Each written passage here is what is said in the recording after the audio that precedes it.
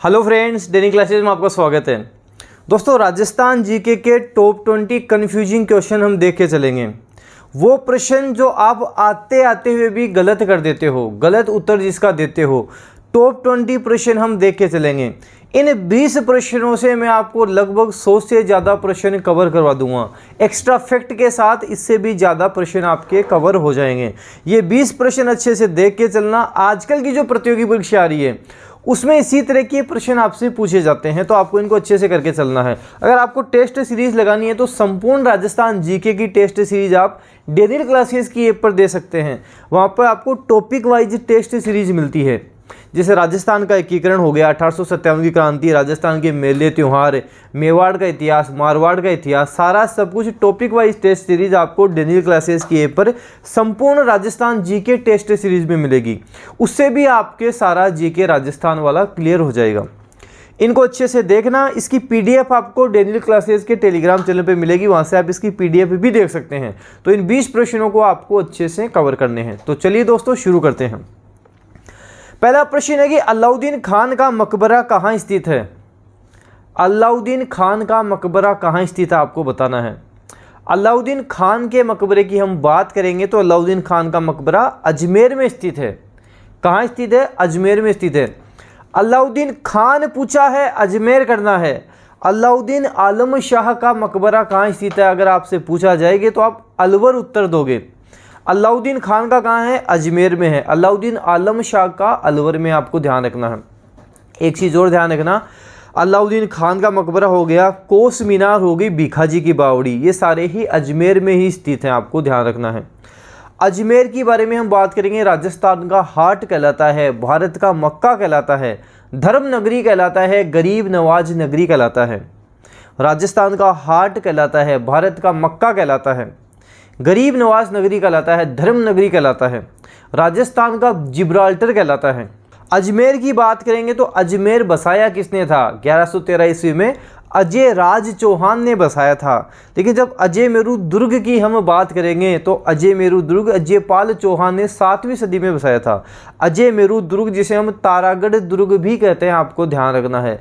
अजय मेरू दुर्ग तारागढ़ दुर्ग भी कहलाता है, आपको ध्यान रखना है। एग्जाम में काफ़ी बार यहाँ से प्रश्न बन जाते हैं, ये सारे प्रश्न आपको ध्यान रखने हैं। अजमेर की ओर बात करें तो राजस्थान का पहला पूर्ण साक्षर जिला कौन सा है? अजमेर ही है। आपसे पूछा जाएगा राजस्थान का प्रथम पूर्ण साक्षर जिला कौन सा है? हमारा अजमेर ही है। राजस्थान का प्रथम है, भारत का दूसरा पूर्ण साक्षर जिला अजमेर ही है, आपको ध्यान रखना है। अगला है कि तारागढ़ दुर्ग कहाँ स्थित है, आपको बताना है। तारागढ़ दुर्ग कहाँ है? देखो, एक तारागढ़ जो दुर्ग है वो अजमेर में है, एक तारागढ़ दुर्ग बूंदी में भी है, तो कंफ्यूज मत होना। देखो, एक बार एग्जाम में प्रश्न पूछा गया था, तब ऑप्शन जो दिया गया था उसमें ऑप्शन उन्होंने गलत दे दिए थे। आपको ध्यान रखना है, जब इस तरह का प्रश्न आएगा तो तारागढ़ दुर्ग ध्यान रखना अजमेर में भी है और तारागढ़ दुर्ग बूंदी में भी है। ए व ब इसका दोनों सही होंगे, आपको ध्यान रखना है। बूंदी में 84 खंभों की छतरी भी है, जो कई बार रिपीटेड हुआ है। कई बार एग्जाम में प्रश्न बनता है कि 84 खंभों की छतरी कहाँ है। 84 खंभों की छतरी बूंदी में है। नवल सागर बांध कहाँ है? नवल सागर बांध भी बूंदी में ही है। बावड़ियों का शहर कहलाता है, बूंदी ही बावड़ियों का शहर कहलाता है। बावड़ियों का शहर कौन सा कहलाता है? बूंदी बावड़ियों का शहर कहलाता है, जहाँ पे नवल सागर बांध भी है, आपको ध्यान रखना है। अजमेर नगर की स्थापना 1113 में किसके द्वारा की गई थी? अजमेर नगर पूछा है, अजय राज चौहान करना है। अजमेर नगर अजय राज चौहान 1113। अजय मेरू दुर्ग पूछेगा तो अजयपाल चौहान उत्तर होगा। दोनों प्रश्नों के अलग अलग उत्तर होंगे। अजय आपसे पूछेगा अजमेर शहर किसने बसाया था? अजय राज, ऐसे ध्यान रखना, जिसने राज किया है उसी ने बसाया है, तो अजय राज उत्तर होगा। अजय मेरू दुर्ग पूछेगा तो अजयपाल चौहान आपका सही उत्तर होगा। ऑप्शन हमारे पास फर्स्ट इसका सही होगा कि अजमेर नगर की स्थापना 1113 में अजय राज ने की थी। एक देर का अर्णुराज, आना सागर झील अर्णुराज ध्यान रखना है। एक देर का है विग्रहराज। विग्रहराज चतुर्थ के काल को चौहानों का स्वर्ण युग कहा जाता है। विग्रहराज चतुर्थ के काल को चौहानों का स्वर्ण युग कहा जाता है। कुछ स्टूडेंट इसका उत्तर पृथ्वीराज चौहान कर देते हैं, जो कि गलत होता है।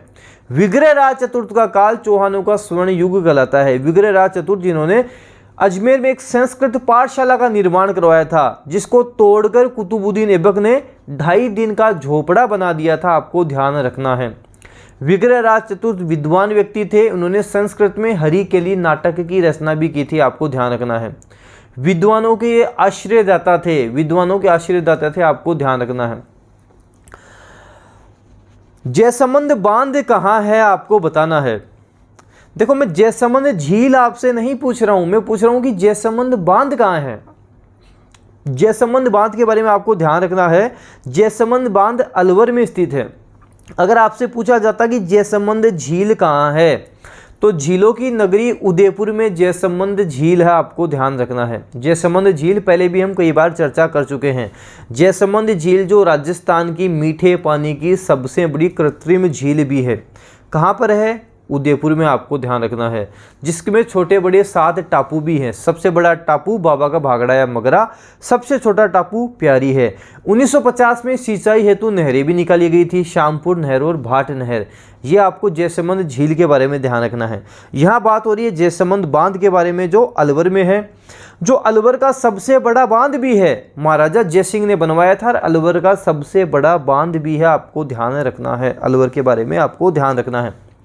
अलवर का शुभंकर क्या है? सांभर यहाँ का शुभंकर है। अलवर का शुभंकर क्या है? सांभर है। मूसी महारानी की छतरी कहाँ है? मूसी महारानी की छतरी अलवर में ही है, 2 मंजिला छतरी है।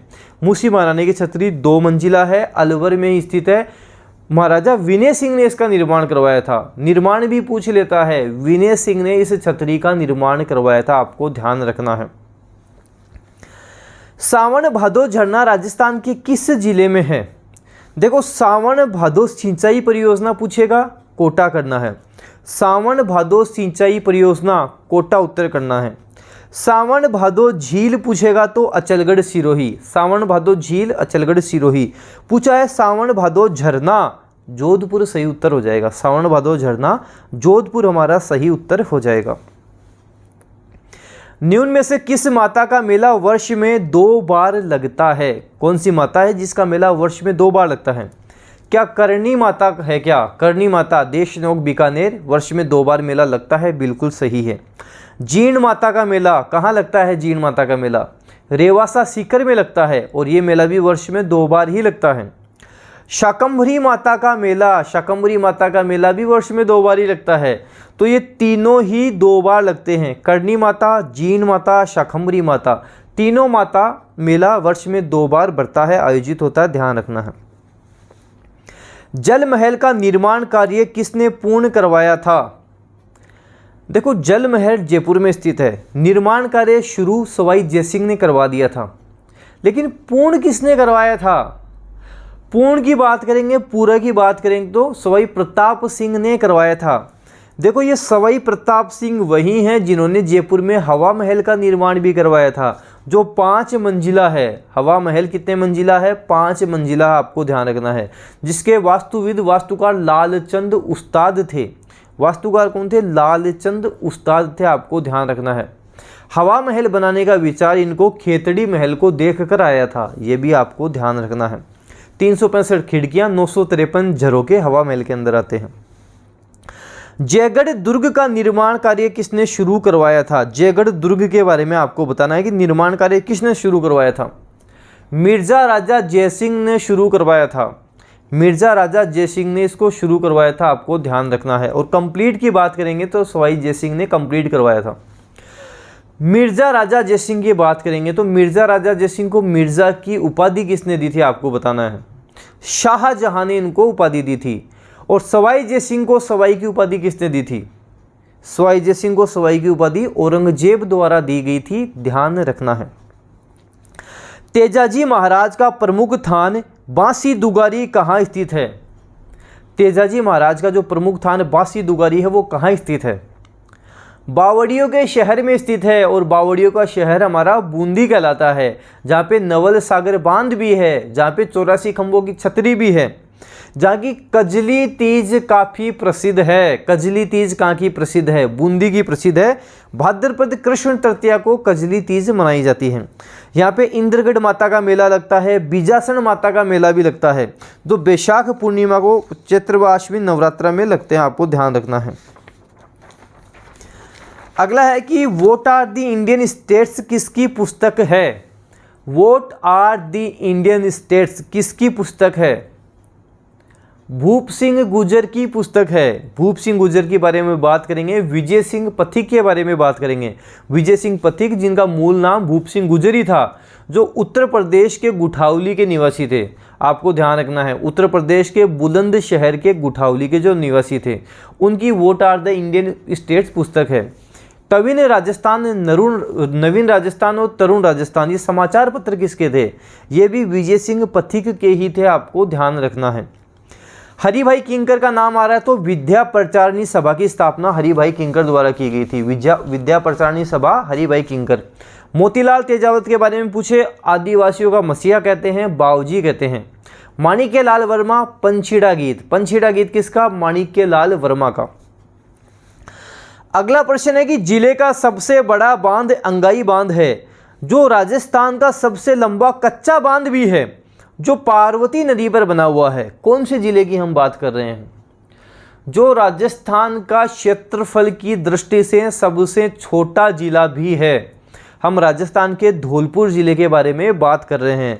धौलपुर जिले का सबसे बड़ा बांध अंगाई बांध है, जो राजस्थान का सबसे लंबा कच्चा बांध भी है, जो पार्वती नदी पर बना हुआ है। मचकुंड तीर्थ धौलपुर, जिसे सभी तीर्थों का भांजा कहा जाता है। मचकुंड तीर्थ धौलपुर सभी तीर्थों का भांजा कहलाता है। अगला है कि बागोर की हवेलियां कहाँ स्थित हैं? सबको पता है बागोर की सभ्यता भीलवाड़ा कोठारी नदी के किनारे। पता है बागोर सभ्यता कहाँ है? भीलवाड़ा में है, कोठारी नदी के किनारे है। बागोर की हवेलियां कहाँ हैं ये बताना है। बागोर की हवेलियां उदयपुर में हैं। उदयपुर झीलों की नगरी उदयपुर में है, आपको ध्यान रखना है। तो बागोर की हवेलियां पूछे, उदयपुर उत्तर करना है। भरतपुर एक ऑप्शन दे रखा है, जहां का भोजन थाली मेला काफ़ी प्रसिद्ध है। ब्रज महोत्सव काफ़ी प्रसिद्ध है। बम नृत्य काफ़ी प्रसिद्ध, आपको ध्यान रखना है। देश का पहला पूर्ण साक्षर आदिवासी जिला कौन सा बना था? देश का पहला पूर्ण साक्षर आदिवासी जिला आपको बताना कौन सा बना था? तो हमारा डूंगरपुर बना था। राजस्थान का डूंगरपुर बन गया था, जहाँ की सोम कमला अम्बा सिंचाई परियोजना काफ़ी प्रसिद्ध है। सोम कमला अम्बा सिंचाई परियोजना कहाँ की है? डूंगरपुर की है। तो ऑप्शन बी डूंगरपुर हो जाएगा राजस्थान का। अच्छा, आपसे पूछा गया कि राजस्थान का प्रथम पूर्ण साक्षर जिला था, कौन सा था? अजमेर था। आदिवासी पूछेगा, डूंगरपुर करना है। राजस्थान के किस जिले में नकटी माता का मंदिर है? नकटी माता का मंदिर राजस्थान के किस जिले में है? शीतला माता का मंदिर भी है यहाँ पे। चाकसू जयपुर में शीतला माता का मंदिर भी है, तो नकटी माता का मंदिर भी जयपुर में ही आपको ध्यान रखना है। बिड़ला मंदिर जयपुर में देखने को मिलेगा। गोविंद देव जी का मंदिर मिल जाएगा। खलकाणी माता का मंदिर भी मिलेगा। खलकाणी माता का मंदिर भी यहाँ मिलेगा। ज्वाला माता का मंदिर भी आपको यहाँ देखने को मिल जाएगा। कल्की मंदिर भी यहाँ पे देखने को मिल जाएगा। ये तो सारे मंदिर हमारे जयपुर, राजस्थान की राजधानी जयपुर में स्थित हैं। सुवर्ण नगरी के नाम से प्रसिद्ध है। एक है स्वर्ण नगरी, एक है सुवर्ण नगरी, दोनों में डिफरेंस है। मैंने पूछा है सुवर्ण नगरी। सुवर्ण नगरी हमें जालोर को बोलते हैं। सुवर्ण नगरी किसे बोलेंगे? जालोर को बोलेंगे, आपको ध्यान रखना है। जालोर आपको ध्यान रखना है। सिवाना का दुर्ग कहाँ है? सिवाना दुर्ग बाड़मेर में हल्देश्वर की पहाड़ी पर स्थित है, आपको ध्यान रखना है। कई बार ये प्रश्न भी एग्जाम में रिपीट हुआ है। तो सुवर्ण नगरी के नाम से प्रसिद्ध जालोरा, आपको ध्यान रखना है।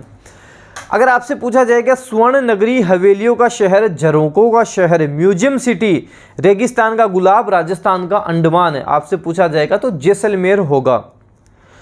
राजस्थान का दूसरा हवा महल कहलाता है खेतड़ी महल। झुंझुनू राजस्थान का दूसरा हवा महल कहलाता है। खेतड़ी महल झुंझुनू राजस्थान का दूसरा हवा महल कहलाता है। राजस्थान का ताजमहल कहलाता है। आपसे पूछा जाए राजस्थान का ताजमहल कहलाता है। जसवंत थड़ा जोधपुर राजस्थान का ताजमहल कहलाता है। जसवंत थड़ा जोधपुर, आपको ध्यान रखना है। राजस्थान के किस जिले में एक थंबा महल है? राजस्थान का कौन सा जिला है जहाँ पे एक थंबा महल है? सन सिटी, मारवाड़ की राजधानी, ब्लू सिटी जिसे हम कहते हैं। 1459 में राव जोधा द्वारा चिड़िया टूंक की पहाड़ी पर मेहरानगढ़ दुर्ग बसाया गया। हम बात कर रहे हैं जोधपुर के बारे में, तो ऑप्शन हमारा सही हो जाएगा, जोधपुर में एक थंबा महल है। हुड्डा सम्मेलन की रूपरेखा किसने तैयार की थी? हुड्डा सम्मेलन भीलवाड़ा 17 जुलाई 1734। रूपरेखा किसने तैयार कर ली थी? तो रूपरेखा की बात करेंगे, संग्राम सिंह सेकंड ने तैयार की थी। रूपरेखा संग्राम सिंह सेकंड ने तैयार की थी। आयोजन जयपुर के सवाई जयसिंह ने करवाया था। अध्यक्षता किसने की थी? मेवाड़ के महाराणा जगत सिंह सेकंड ने अध्यक्षता की थी। तो तीनों के अलग उत्तर होंगे। आयोजन पूछेगा जयपुर के सवाई जयसिंह, रूपरेखा पूछेगा तो संग्राम सिंह सेकंड है, ये संग्राम सिंह सेकंड है, और अध्यक्षता मेवाड़ के महाराणा आपको ध्यान रखना है जगत सिंह सेकंड। तो ऑप्शन इसका फर्स्ट संग्राम सिंह सेकंड रूपरेखा।